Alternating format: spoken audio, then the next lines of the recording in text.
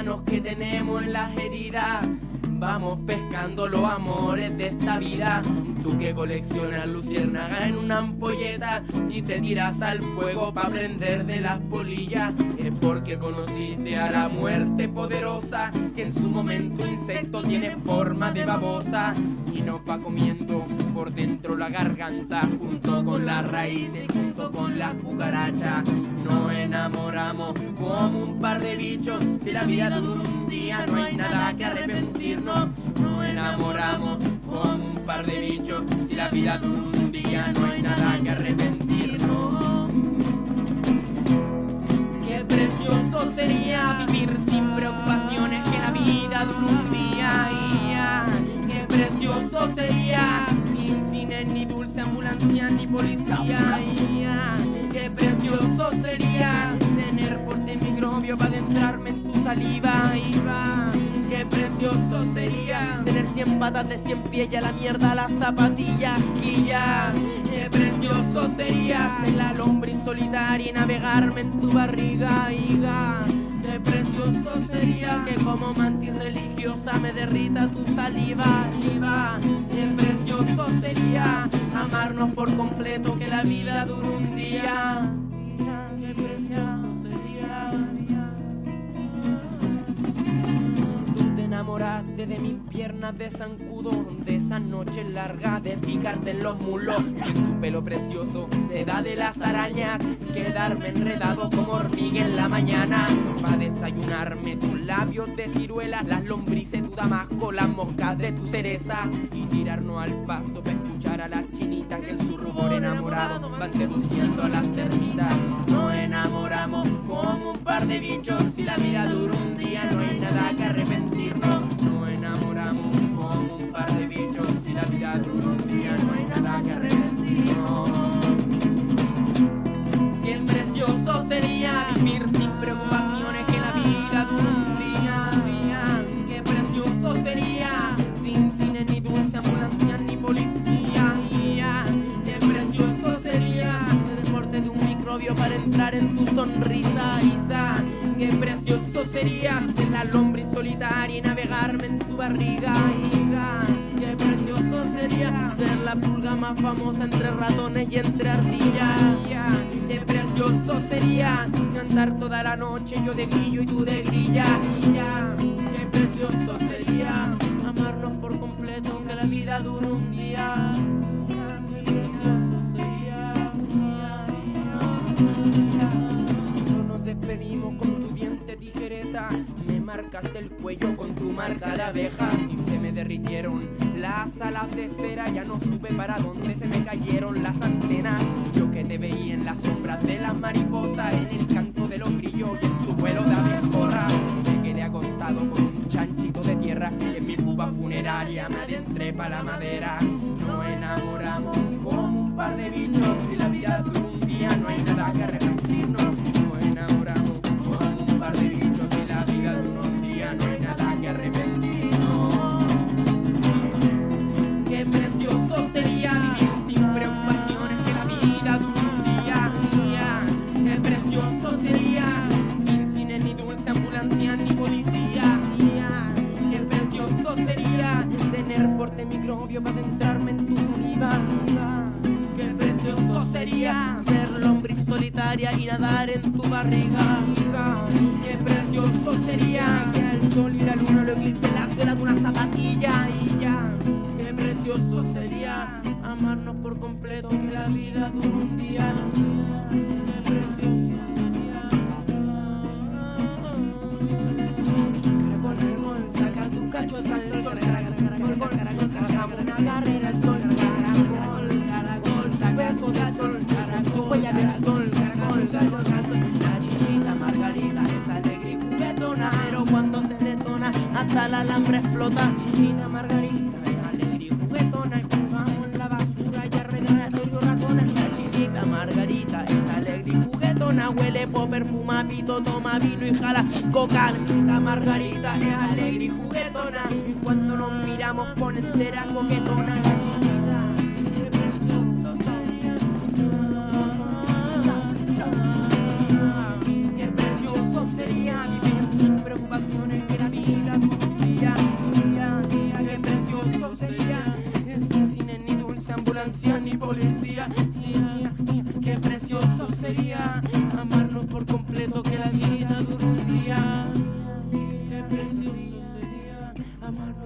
Respeto que la vida dure un día.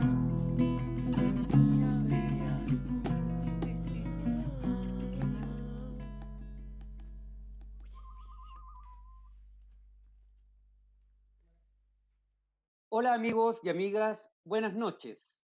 Acabamos de escuchar a los talentosísimos Metalengua con Bichos. Hoy es el último programa de nuestro ciclo Desde el Origen, que nació como una búsqueda de conversar sobre arte, literatura, patrimonio. Estuvieron con nosotros Luis Arias, Sixto Valdés y Pedro Villagra. Esta noche nos acompaña la destacada académica Paula Miranda.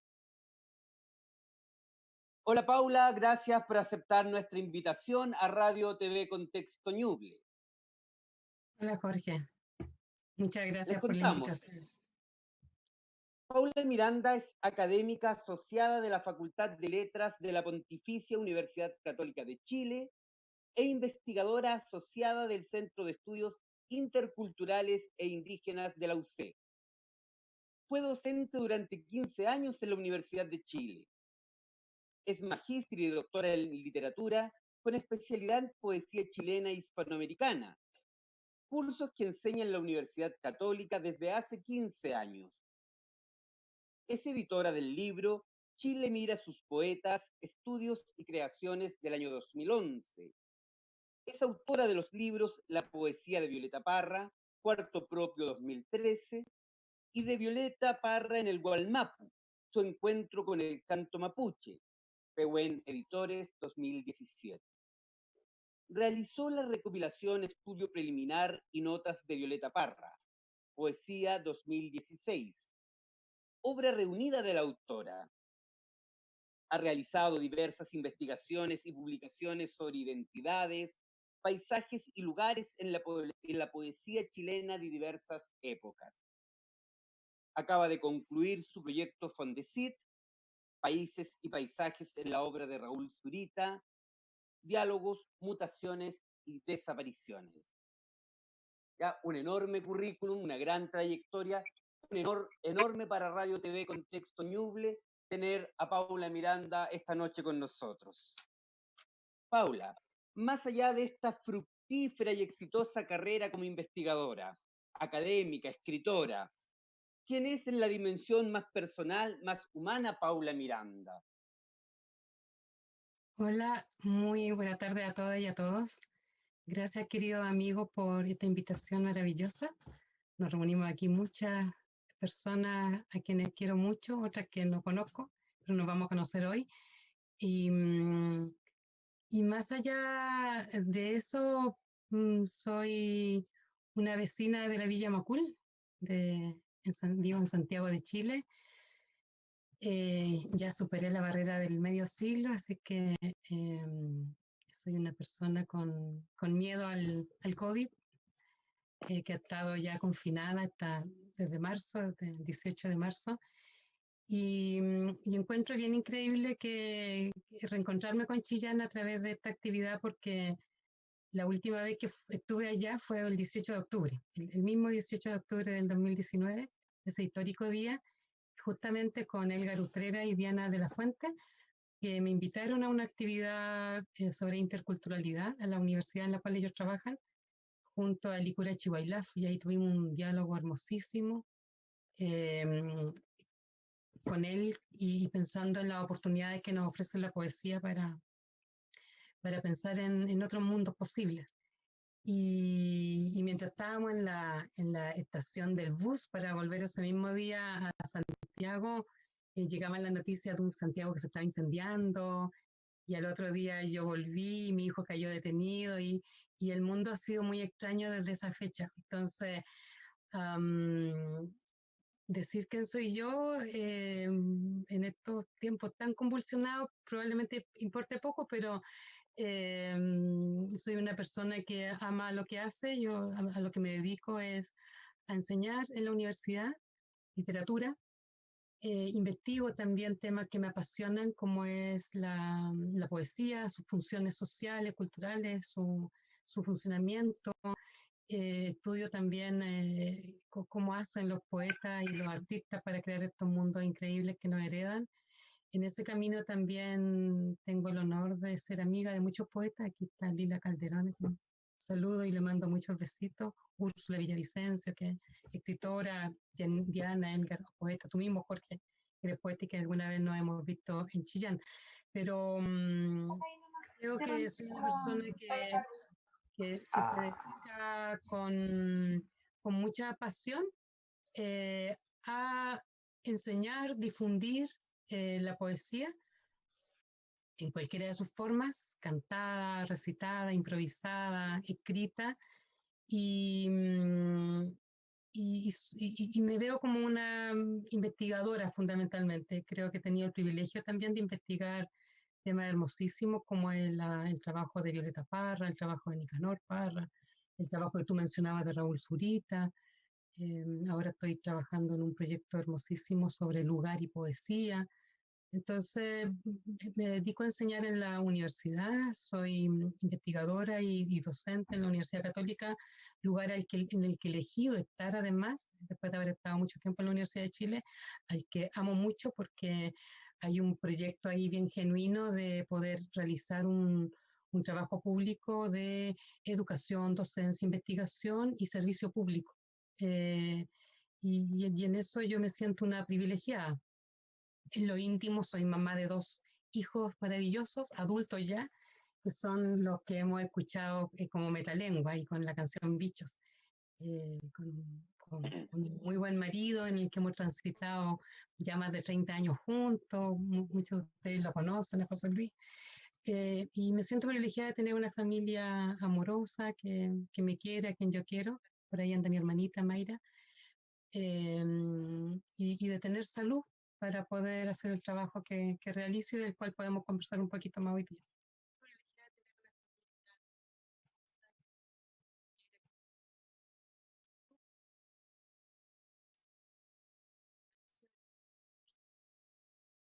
Genial, gracias. Es notable darse cuenta que detrás de tanto talento, ¿cierto? También hay harta humanidad, hay harto de personas detrás de un currículum, ¿cierto? Tan nutrido. En relación a este encuentro fortuito con nuestra ciudad, ¿cierto? Más allá de ese día, ¿cierto? Del estallido social, y entendiendo que tú vives en Santiago, ¿cierto? ¿Hay alguna otra vinculación que tengas con nuestro querido Chillán? Porque nuestros invitados anteriores eran todos de acá, todos vivían en nuestra ciudad. Sí.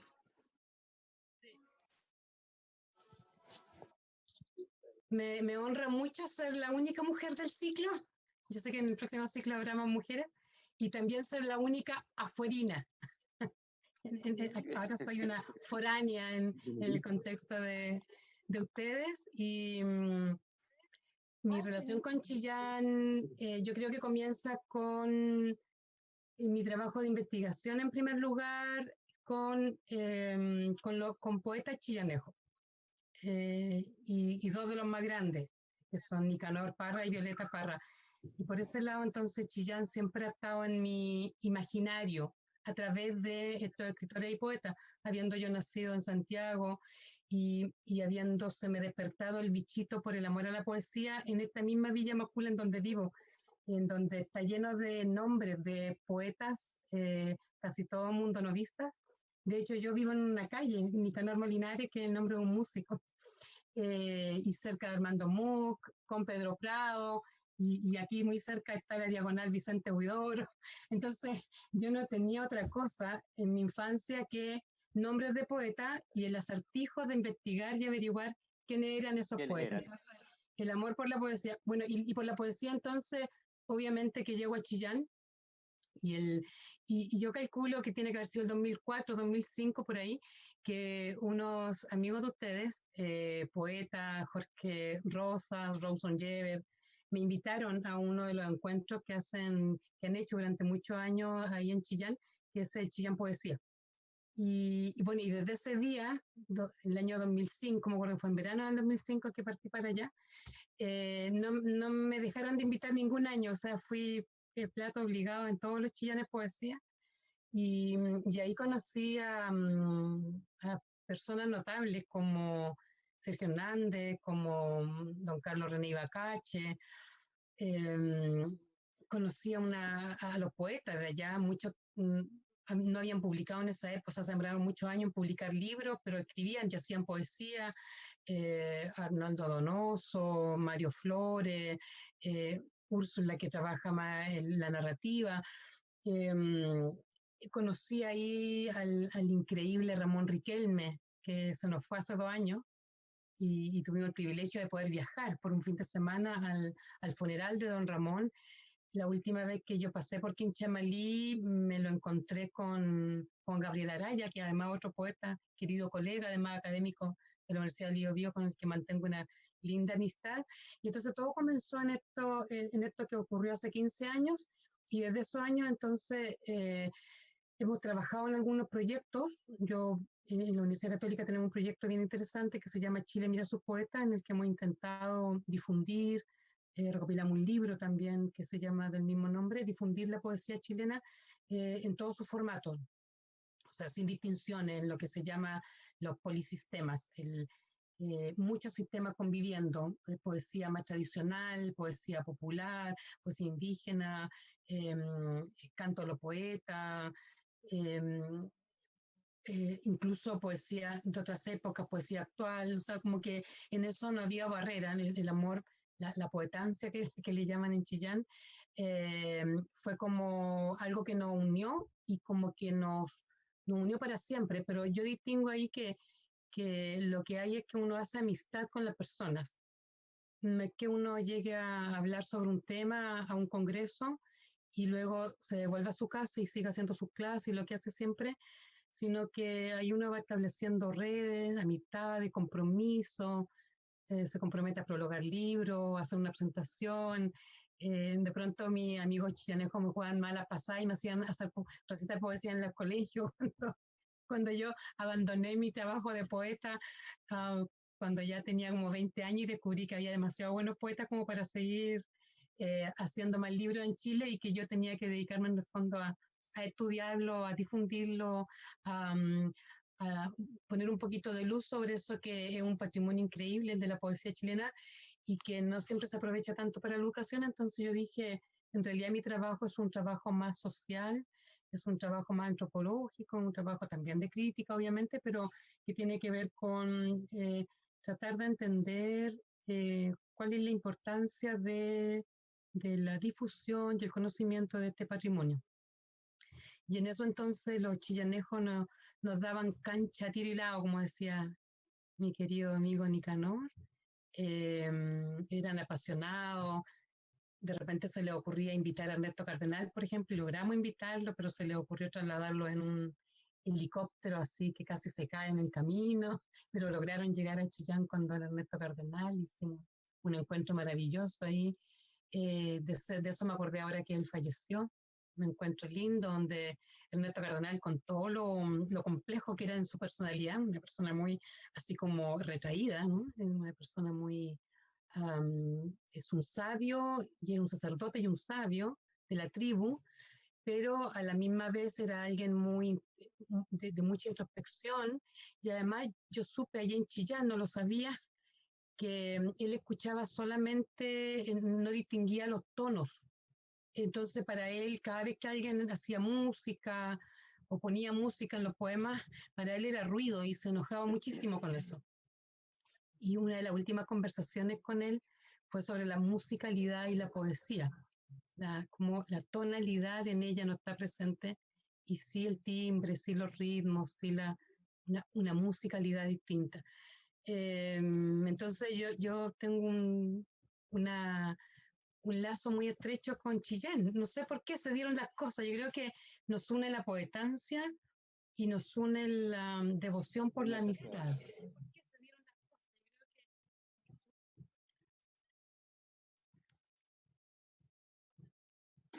Perfecto. Recordamos, ¿cierto?, quienes se integran a nuestra conversación, mantener sus micrófonos apagados para que no se nos acople, ¿cierto?, con nuestra invitada. Mencionaste, Paula, ¿cierto?, a Violeta y a Nicanor, ¿cierto? Todos sabemos que Violeta es tu gran fuerte, ¿cierto? Ahí donde has centrado gran parte de tu investigación o parte importante de esta. ¿De qué manera, ¿cierto? Ese trabajo contribuye, crees tú, al patrimonio de Ñuble? Am, yo no sería la más indicada para responder esa pregunta porque la tienen que decir otras personas. Am, Uno hace su trabajo así como lo hacen los poetas por amor, por devoción, porque de pronto se inspiran también y también muchos poetas tienen la obligación como de escribir porque hay otras voces que necesitan hablar a través de su poesía. Cuando uno investiga ocurre lo mismo. A mí me pasa que tengo una relación muy fuerte con los poetas que investigo y con Violeta tengo una muy fuerte relación, de muchos sueños con ella, eh, de alguna, no apariciones yo diría, pero sí algunas revelaciones de cosas que ella me va poniendo en el camino para que yo la investigue. Me pasa lo mismo con Gabriela Mistral, a quien le debo un par de libros. Gabriela, te los voy a escribir. No he tenido solo el tiempo y Violeta me ha tenido muy ocupada mucho tiempo. Y después de ese libro que tú mencionabas de la poesía de Violeta Parra, el 2013, que lo terminé después de 20 años de haber andado tratando de responder muchas preguntas en ese libro que tenían que ver con de qué tipo era su poesía y por qué su obra era tan vigente. Uh, si uno consideraba que ella era solamente una folclorista o una música más, entre otros muchos músicos. Entonces en ese libro yo traté de llegar como al hueso de por qué su palabra trascendía tanto y en qué sentido era poética. Entonces aquí trabajé esa poética plena que yo le llamo y que es como la capacidad que tuvo ella de aunar distintas tradiciones, de mezclar lo tradicional y lo moderno, de mezclar lo oral y lo escrito, de alguna manera también de ser como catalizadora de un inconsciente colectivo. Los grandes artistas como que captan porque estudian, ¿no? No porque porque son un poquito genios, pero también porque estudian mucho su entorno y su historia, y ella estudió muchísimo, era una súper estudiosa. Entonces como que ella me atrapó en 20 años para poder yo tratar de demostrar al resto, porque me parecía también que la crítica y los estudios decían, sí, es buena, pero en realidad es folclorista, o sí, pero popular, sí, pero inculta, sí, pero un poquito rota. Y esa a mí me enojaba. Yo cada vez que discutía con alguien sobre esta como condición un poquito superior de Violeta y me decían, sí, pero en realidad ese es como chaqueteo del que fue víctima, del que sigue siendo en algunos casos víctima. Entonces yo dije, no, tiene que haber un estudio que demuestre que ella es del canon, está en el centro de la columna vertebral que constituye nuestra poesía, es junto con Vicente Huidobro, Neruda, La Mistral, desde Roca, una de nuestras grandes poetas, y con Nicanor. Y entonces eso me mantuvo ocupada y muy así como casi como estos caballitos de carrera que conducen para poder ganar, ¿cierto? Y que les ponen ahí tapándolo, mirar para el lado. Y ella, yo diría que en paralelo a lo que yo hacía con ella en investigación, también iba descubriendo a partir de ella secretos o claves de los dispositivos que hay en la poesía en general. Ella me enseñó muchas cosas en eso, o sea, no solamente es un libro que habla sobre ella, sino que habla sobre la poesía.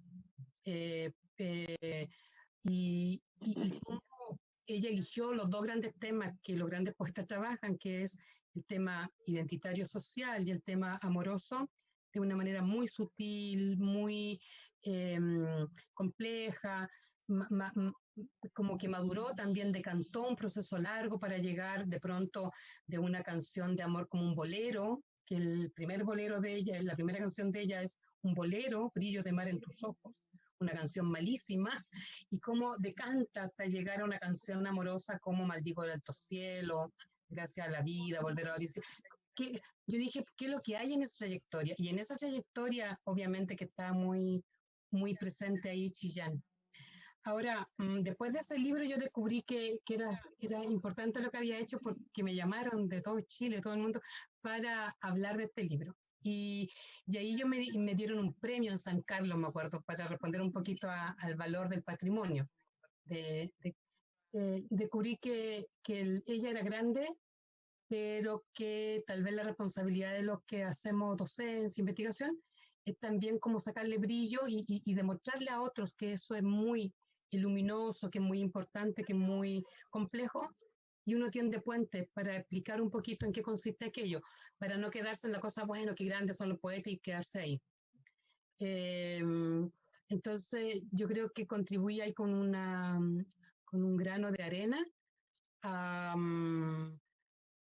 a que fuera valorada de otra manera. Yo creo que Violeta Parra siempre fue valorada, pero valorada como desde otros puntos de vista, de otra manera. Ya no se cuestionaba que valorarla como poeta, por ejemplo. Eh, y eso llevó al segundo libro, que es este que tú Entonces, mencionabas. importante ahí el valor de la reivindicación de tu trabajo, ¿cierto? Para ella.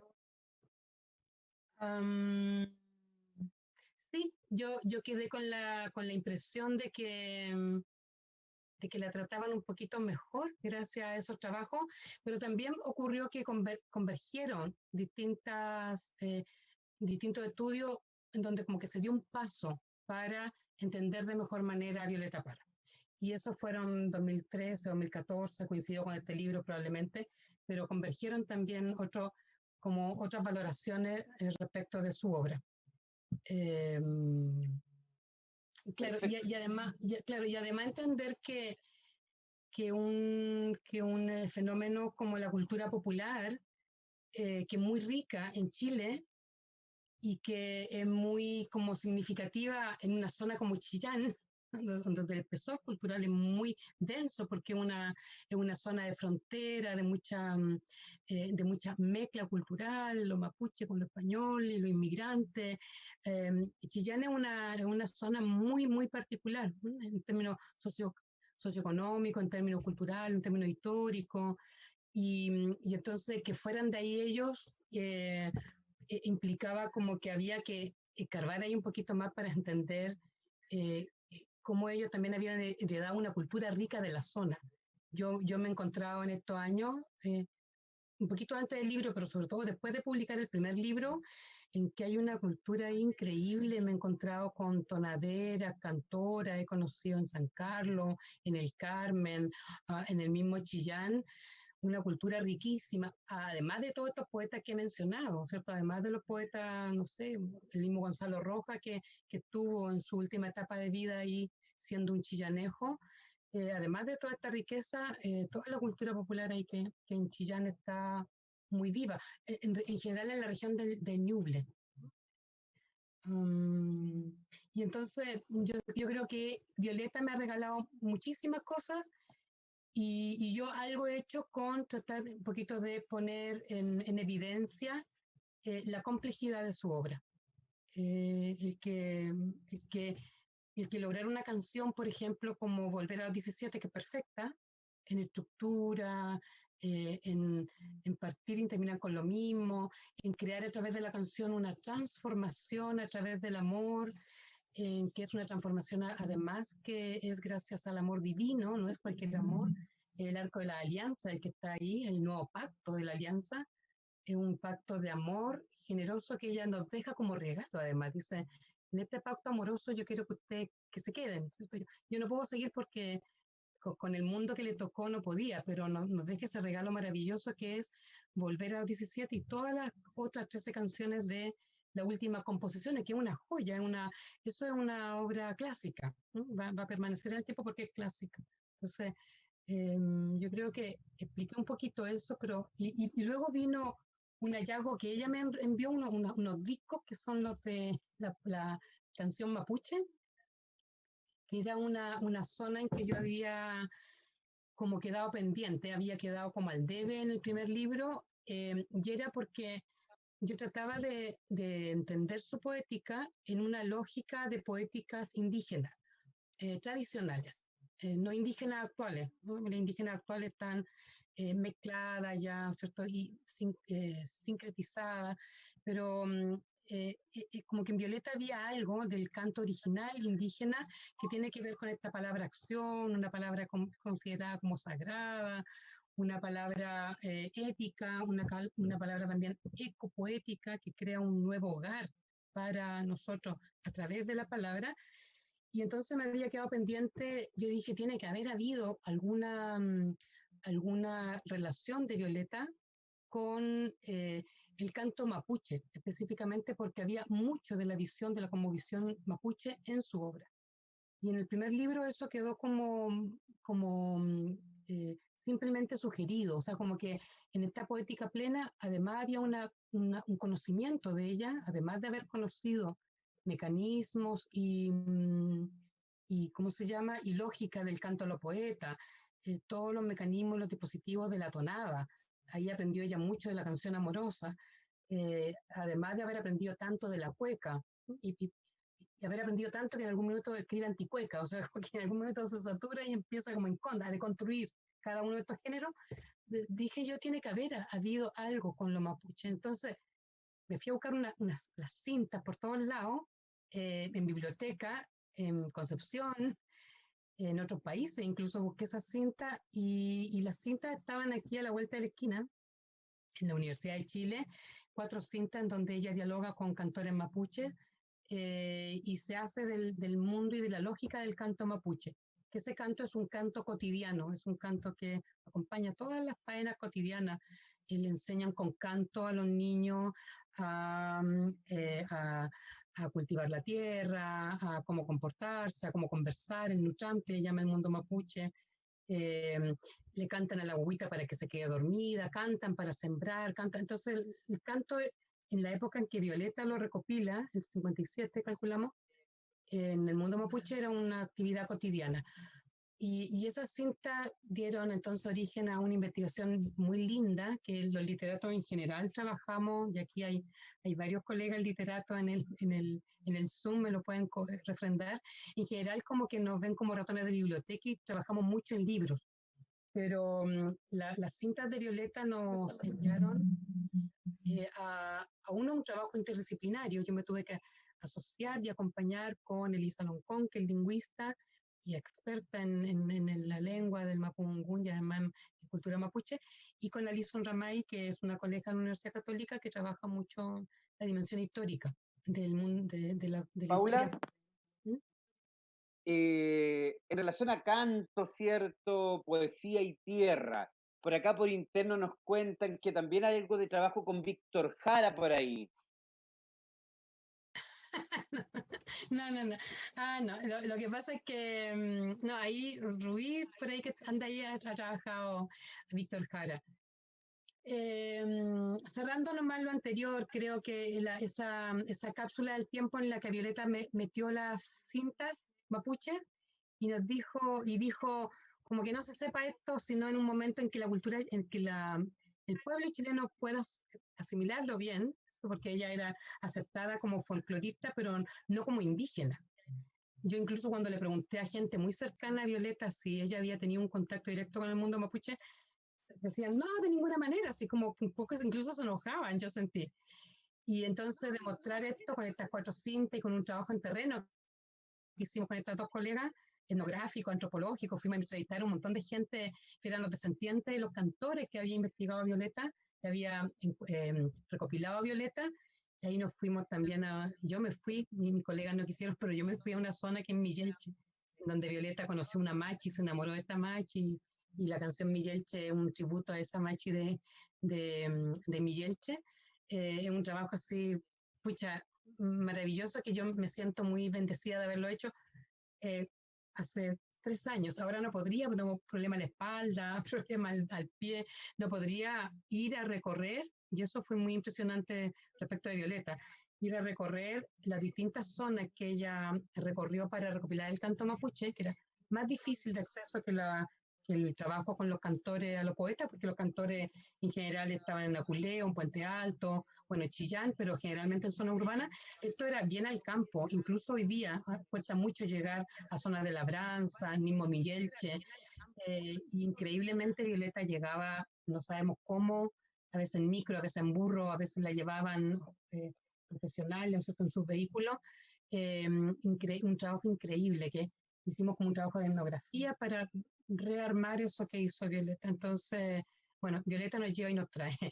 Y respecto del canto, yo creo que en lo que he logrado como entender de la poesía, eh, para mí hay poetas de la música que son tan poetas como los poetas de los libros. Y entre ellos, obviamente, Violeta, que es lo que traté de demostrar en el libro del 2013. Víctor Jara creo que también es una persona. He escrito un poquito sobre él cuando traté de hacer un trabajo comparativo con un cantor actual, un cantante actual, poeta de la música, que es Chinoy, que aquí muchos lo conocemos porque también a Chillán fue varias veces a entregar su canto y su poesía. Y, y ahí traté de hacer un contrapunto, ¿no? Para pensar un poquito en qué consistía o en qué consiste la subversión, una versión subvertida siempre de estos poetas de la música que salen de toda norma, de toda posibilidad de clasificación, porque son ingeniosos, porque además nos regalan obras únicas. Entonces lo más difícil ahí es clasificarlo, darle un nombre a eso que están haciendo.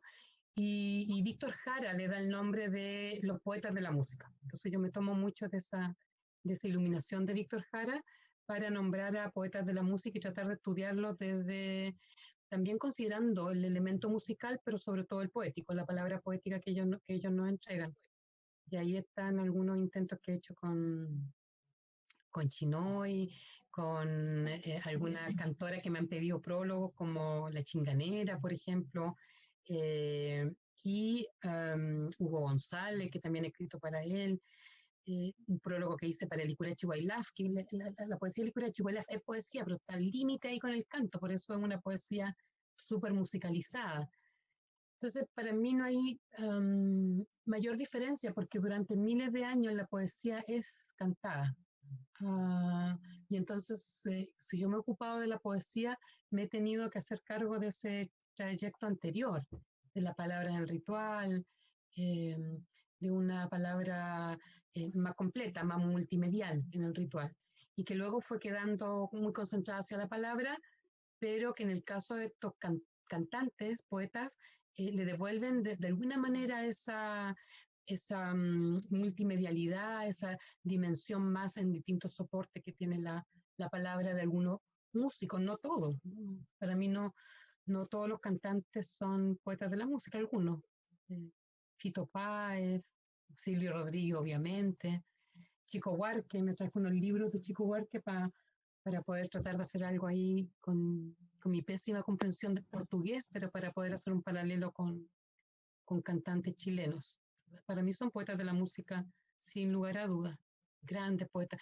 Y más todavía, estos poetas de la música además han hecho libros. O sea, Chico Huarque ha publicado una serie de novelas, de libros de poemas, Bob Dylan lo mismo. Entonces, están ahí son artistas básicamente que reparten su arte en distintas dimensiones. Y siempre como que la limitación de un solo arte los contriñe, entonces tienden a romper. Víctor Jara, ¿cierto? Está en el teatro, está en la música, quizá en qué más habría estado de no mediar su asesinato, ¿no? Su horrible asesinato, su injusto asesinato.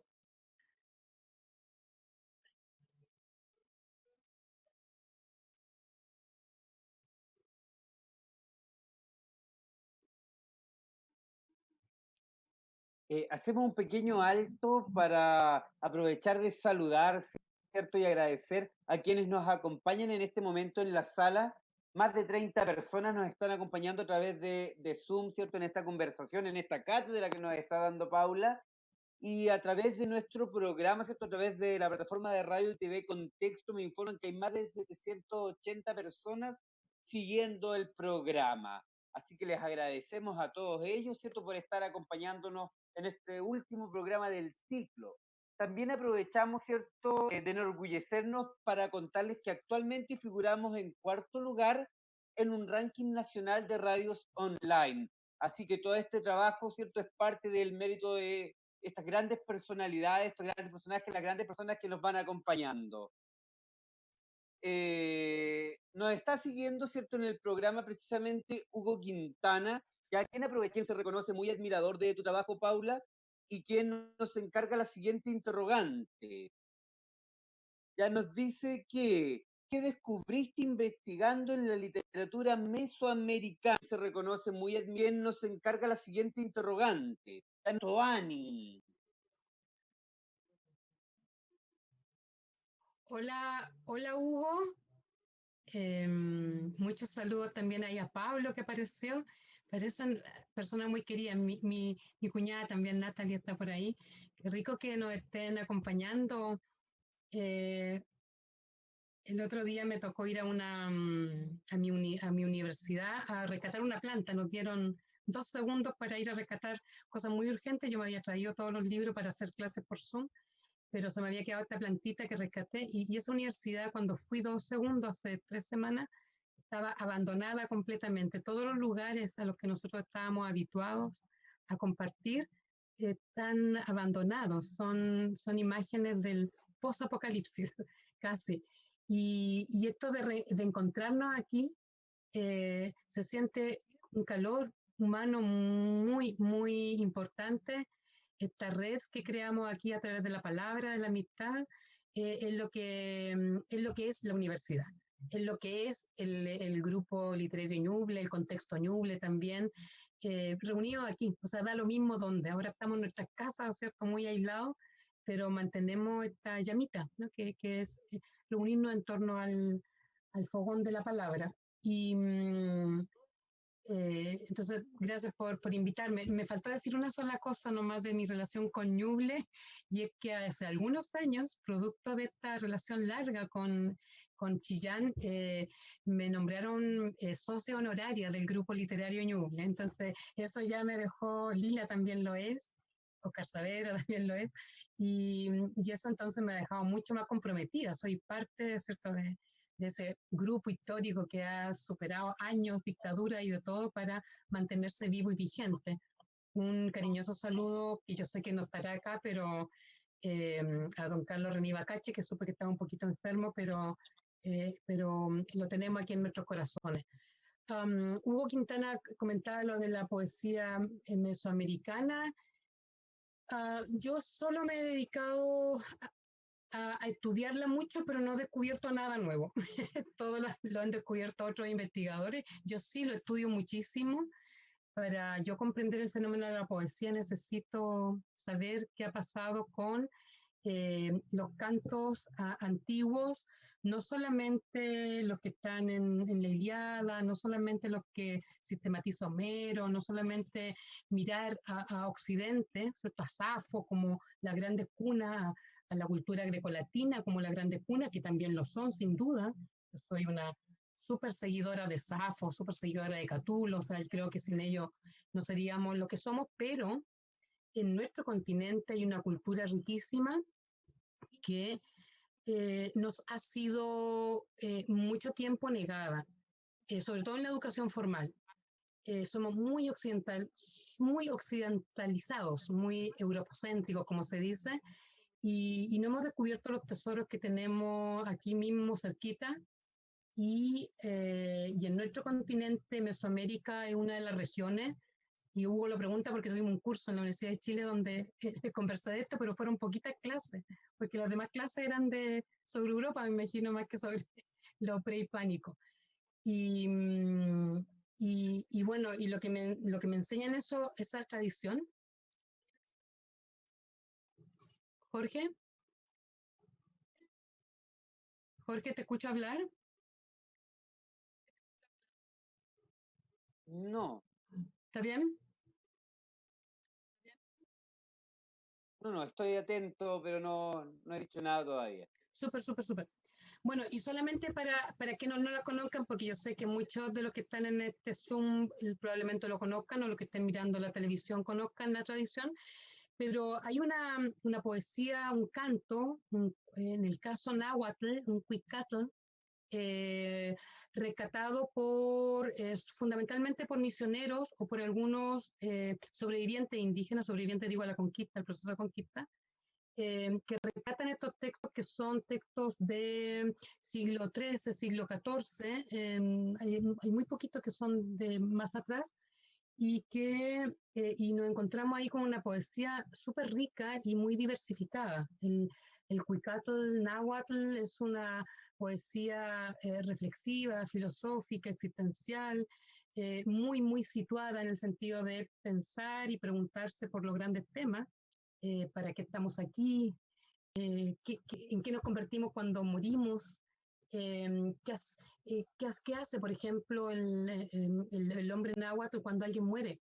¿Cómo en el tránsito de la muerte? Por eso que nosotros en época de pandemia es tan terrible que la gente no puede despedir a sus deudos, porque el canto de ritual de la muerte, el canto funerario es fundamental, los sonidos. Incluso a veces eran solo cantos, solo música, solo tambores, pero ese sonido humano para acompañar al difunto, para que viaje hacia otra forma de vida, es fundamental. Y en casos de pandemia, entonces uno ve ahí como los muertos están en la calle, ¿no? Ojalá que Chile no lleguemos a eso, pero en Ecuador, en países muy cercanos, ¿cierto? En estuches casi, incluso como lanzados por la gente a la calle para que no ser infectados por estos muertos. La muerte es un tránsito, un trance muy fundamental, y los vivos somos los que estamos llamados para acompañar a esos muertos. Bueno, el mundo náhuatl tiene unos cantos funerarios hermosísimos. Un gran poeta, Netzahualcoyotl, habló de la fragilidad de la vida, de la fatalidad de la vida, y esa poesía es una poesía náhuatl prehispánica que de no plantear que eso es tan importante como la antigua cultura grecolatina, nuestros estudiantes, nuestros jóvenes no la conocerían. Yo en la Universidad Católica lo enseño a los pequeños grupos que tengo el honor de enseñar. Por ahí anda Elena Hurtado, que es una alumna de primero de este año. Yo le enseño todo eso, ¿cierto? Para mí esa es la Biblia, el ABC de la poesía. Los cantos náhuatl, toda la tradición del canto maya, por ejemplo, cantos rituales de iniciación sexual, cantos guerreros, cantos de la luna, cantos que además transmiten como enseñan también visiones de mundo distintas. Una visión de mundo donde la gente se sabe en un entorno sagrado. Y entonces, para comunicarse con ese entorno sagrado, donde además están los dioses, las fuerzas de la naturaleza, dioses invisibles, está también lo visible y lo invisible, ¿no? Lo visible y lo que no podemos ver, pero que existe. Todo eso está en esta poesía. Entonces, imagínense la riqueza, no solamente como poemas que yo puedo aprender, o sobre poetas sobre los cuales puedo aprender algo, sino comprensiones del mundo que para momentos de encrucijada, como los que vivimos en estos últimos 20 años, yo calculo, nos da muchas respuestas. Entonces, en Mesoamérica hay un mundo ahí, bueno, ahí pertenece el maravilloso Popol Vuh, que es la explicación desde el mundo maya quiché del origen del hombre, del mundo, de la naturaleza, del alimento, del sustento. Son pueblos que creen que lo que insufla el espíritu es el alimento. Miren qué belleza. No es un espíritu así abstracto, sino que el maíz entra en la carne de los hombres y eso constituye al ser humano merecido por la penitencia de los dioses. Entonces, lo que siempre yo he planteado, que la poesía finalmente nos transmite como otras formas de comprender el mundo. Y en Mesoamérica, contestándole a Hugo Quintana, hay un mundo increíble que no siempre se enseña. Yo en la Universidad de Chile tuve el honor de conocer a un colega que enseñaba este curso, pero el año que me tocó a mí cursar una asignatura que en literatura se llama literatura colonial, los profesores nos decían, bueno, todo esto parte con Cristóbal Colón y antes no importa mucho lo que había porque no era mucho, nos decían. Profesores de literatura, gente muy culta, muy sabia, y nos daban esa explicación. Entonces, generalmente yo veo que lo que me ha gustado estudiar es como en revancha a lo que nos han enseñado, a lo que nos han dicho que es la verdad, y uno siempre tiene que ser un poquito más porfiado y buscarle la vuelta por otro lado, porque por el otro lado las cosas son más entretenidas.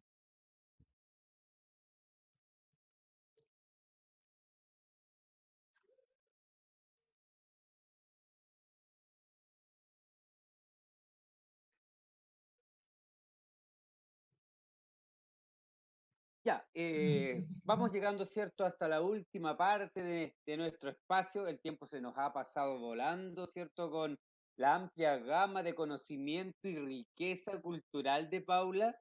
Eh, y vamos a, ¿cierto?, hacer la pregunta del millón que ha cerrado todos nuestros ciclos, ¿ya? Y que es la pregunta que nos conecta con la contingencia social. Ya todos sabemos que que vivimos tiempos muy difíciles, desde el estallido social de octubre del 2019, ya, hasta esta pandemia, ¿cierto? Que no ha sido, por decirlo de manera suave, llevada de la mejor manera posible por el gobierno. ¿Qué reflexión nos puede regalar Paula en relación a este contexto social que estamos viviendo?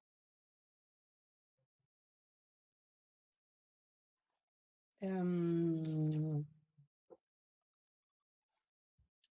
um, bueno, yo explicaba al principio que esta reunión aquí en Zoom y con el canal de Contexto Ñuble es la primera actividad que tengo con Chillán después de haber tenido una última el 18 de octubre del año pasado.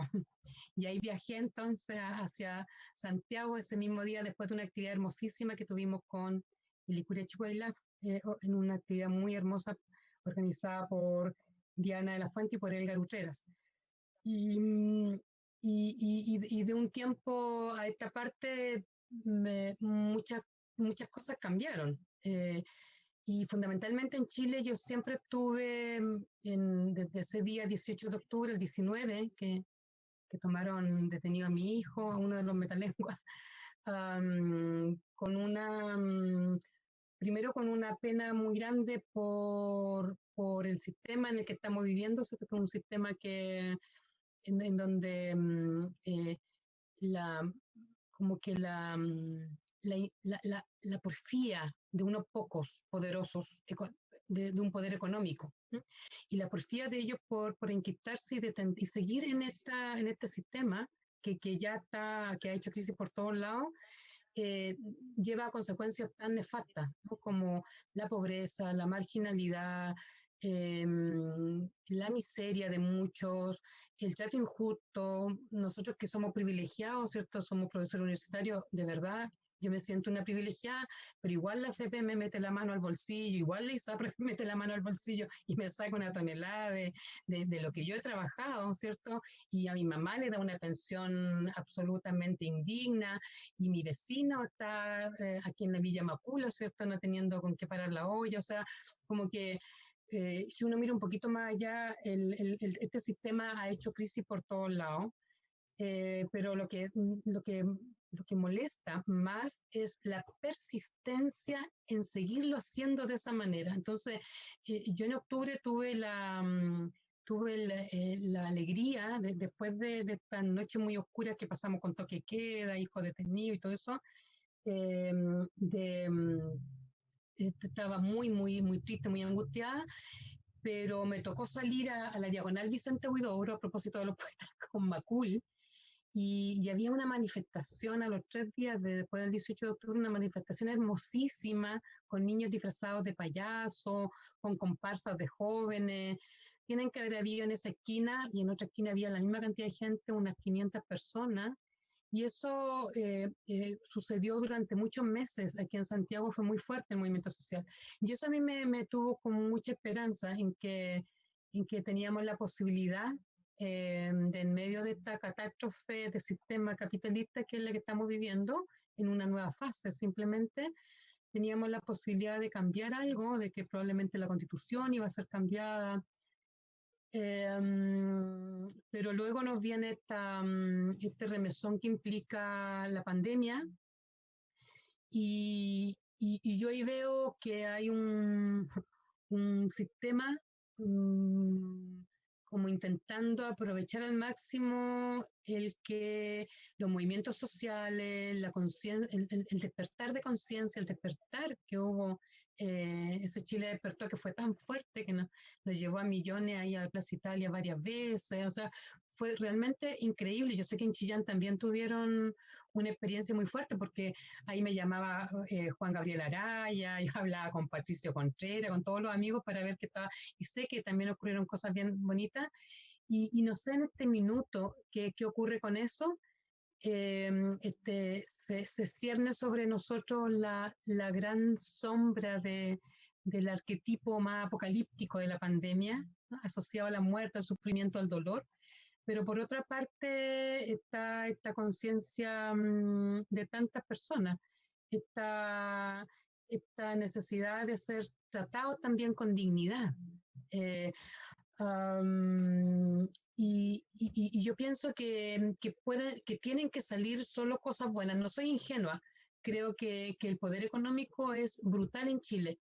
Creo que son incluso como muy crueles y sin ética. Y yo temo lo peor de esos sectores económico, político. Espero lo peor porque yo tuve la esperanza de que cambiaran, pero veo cada día, no sé, los comunicados respecto de la pandemia y los veo como enquistados, como muy sordos, como muy encerrados y ni siquiera abriéndose a los expertos, a los científicos. Um, entonces, mi esperanza es que la humanidad va a mantener la luz, la humanidad buena, la parte buena, no la que está en la sombra, y que este minuto tan complejo que estamos viviendo, vamos a tener que superarlo con mucho esfuerzo, con muchas redes, aunque no nos podamos estar de cerca, pero mucho apoyo, mucha colaboración, mucha solidaridad. Y también esto de que lo que yo más rescato del movimiento social es como haber por primera vez hecho de la dignidad una bandera, ¿no? Que eso está en la obra de Violeta, está en Nicanor, está en Mistral, está en los poetas, pero la dignidad como una cosa que uno no tranza, y la dignidad en el trabajo donde uno está, en la escuela donde enseña, no solamente ahí en el gobierno, sino que en nuestras prácticas cotidianas. Lograr eso probablemente sea el desafío.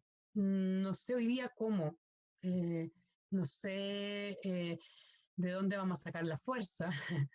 Lo que yo siempre digo nomás es que ahora hay que cuidarse mucho, protegernos mucho, tratar de ayudar con lucas, con comida al que no tiene, con trabajo, si es que tenemos la posibilidad de mover algo de trabajo, tratar de apoyarnos en lo básico, y fortalecernos para lo que viene, porque lo que viene va a ser complejo. Estamos en una crisis civilizatoria muy compleja, que tiene que ver obviamente con el ecocidio, pero también con esta crisis plena del capitalismo tardío, pero, pero estamos gobernados por unos infames. O sea, a mí me da miedo Trump, Bolsonaro, Piñera, me dan terror, porque, eh, porque no, uno llega a entender cuánta sombra hay en sus propósitos, en su política y en sus liderazgos. Uno no lo mide, yo creo que no logramos captarlo del todo. Sé que termino con algo de desesperanza, pero estamos en un momento, yo creo que complejo.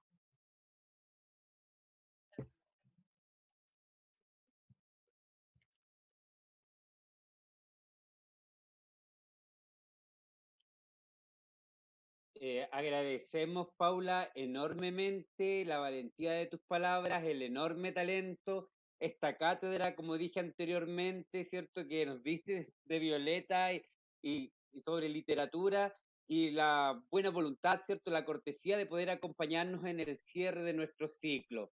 De verdad, valoramos enormemente haber tenido aquí, y el chat efectivamente responde, ¿cierto?, al éxito que ha tenido tu intervención. Yo creo que si hubiese sido posible habrían estado hasta las 24 horas o hasta las 6 de la mañana aquí escuchando tu talento. Recordamos, ¿cierto?, que este fue nuestro último programa del ciclo desde el origen de nuestra radio TV Contexto Ñuble. Le agradezco a Paula, ¿cierto?, habernos acompañado. Le agradecemos a todos quienes nos siguieron a través de la plataforma y acá en la sala. Será hasta una próxima para un nuevo ciclo, en un nuevo evento, ¿cierto?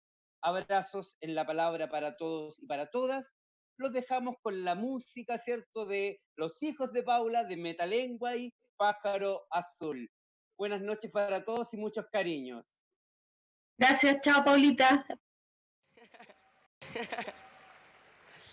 Eso, así mismo.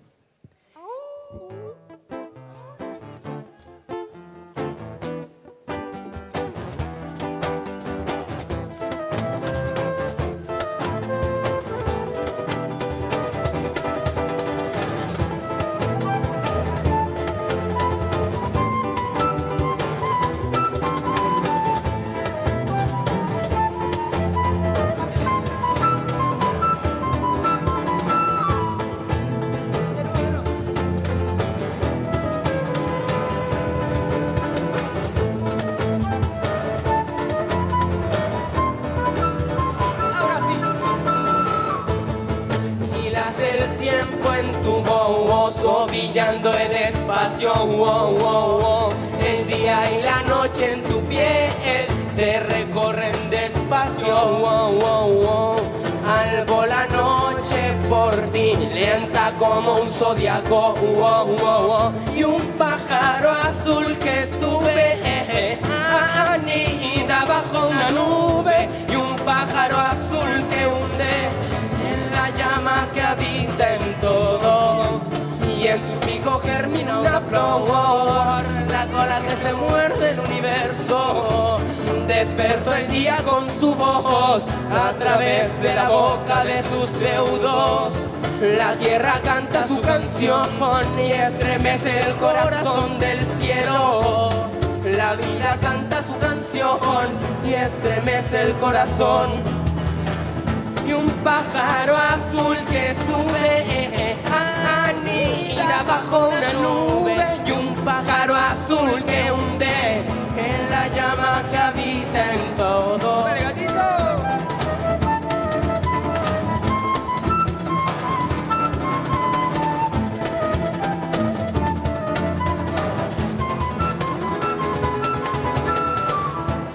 Te deshoja el viento, y en un arrebol te desnuda el cuello. Parece contento y un rayo que baila y se agita en tu pelo. Y un pájaro azul que sube, anida bajo una nube. Y un pájaro azul que hunde en la llama que habita en todo. Y en su pico germina una flor, la cola que se muerde el universo. Desperta el día con su voz, a través de la boca de sus deudos. La tierra canta su canción y estremece el corazón del tiempo. La vida canta su canción y estremece la razón. La tierra canta su canción y estremece el corazón del cielo. La vida canta su canción y estremece el corazón. Y un pájaro azul que sube, anida bajo una nube. Y un pájaro azul que hunde en la llama que habita en todo.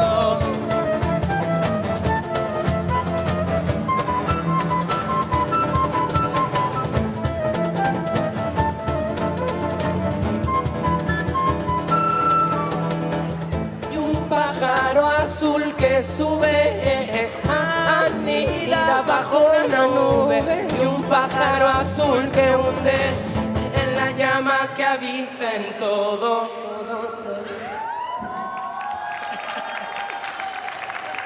Bravo, la loca. Está bajo el mar.